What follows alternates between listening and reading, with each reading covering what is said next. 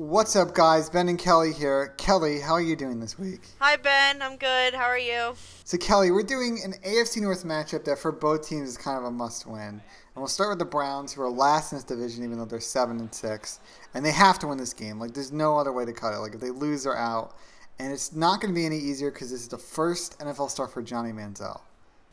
I think they have a really good chance. I'm putting my money on the Browns. I would always advise putting your money not on the Browns. We know the history of Cleveland sports, let me tell you. My dad's best friend was a massive Browns fan, and he would always root for them, and they always lost. But I don't know. I have a feeling that this week they're going to pull it off. So, the Browns on defense have been pretty good this season in terms of the rush. Actually, a website called Pro Football Focus, which is a good analytics site, actually ranks their secondary as the best in the league in front of Seattle. So they've been good. They're like ninth, I think, overall in passing yards allowed, which is very good. But they haven't, they've scored 20-odd points a game, and they've been sort of consistent. Like, game to game, they're just not consistent. And part of that is because they haven't had a consistent number one running back. And Hoyer hasn't really been spectacular all season, so they're going to try the Manziel play, and we'll see how that goes. But they really need to win this game. And I guess for the Bengals, they're first in the division. I know you're a huge fan of one Andy Dalton. Oh, my God. Don't get me started on Dalton. I have no faith in him at all. You're not alone. I mean, after their playoff fiasco the last 2 years, a lot of people have jumped off the Andy Dalton bandwagon. This is a big year. I think if they don't make the playoffs, it's going to be a lot of shakeups in Cincinnati.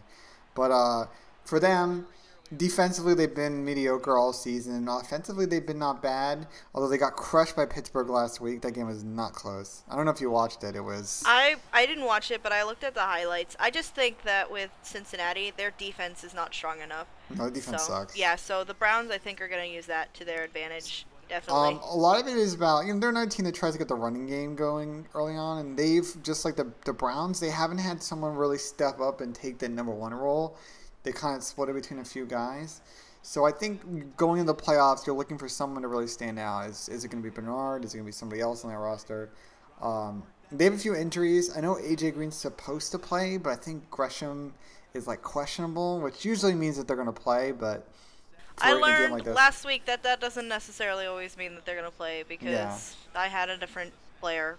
Listen, NFL teams lie about injuries, Kelly. You got to be very careful. My tight end was supposed to play, and then they're like, yeah, he's definitely going to play, and then he didn't play, so I was not impressed. So you see, this has been a crazy game. Not a lot going on in the first half. In the second half here, the Browns are driving, and they're going to kick field goals. You see, saying this game to overtime, Kelly. And Kelly, who do you think is going to win overtime? Like I said, I'm putting my money on the Browns. Well, let's see. So... the Browns get the ball first in overtime, and they're going to struggle a bit here. See a big sack coming up on Johnny Manziel, just kind of flops on the ground.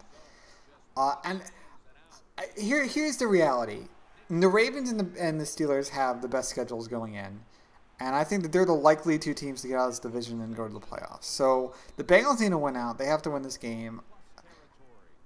I don't know. I mean, the Browns... the consistency really killed them this season.